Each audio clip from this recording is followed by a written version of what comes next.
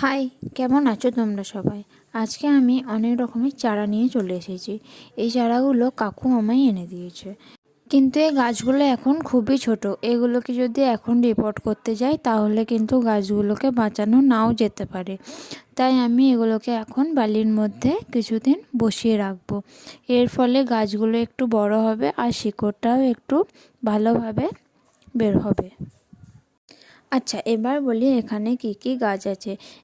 Impression আছে, সিনারিয়া আছে, calendula আছে, গ্যাজিনিয়া আছে, অ্যাস্টার আছে, জেনেরিয়াম আছে আর আছে নেস্টেসিয়াম। আপাতত এখন এই গাছগুলোই আনা হয়েছে, পরে আবার আমি গিয়ে নিয়ে আসবো। চলো এবার গাছগুলোতে ভালো করে জল দিয়ে দেবো, তারপর ছায়া জায়গায় রেখে দেবো।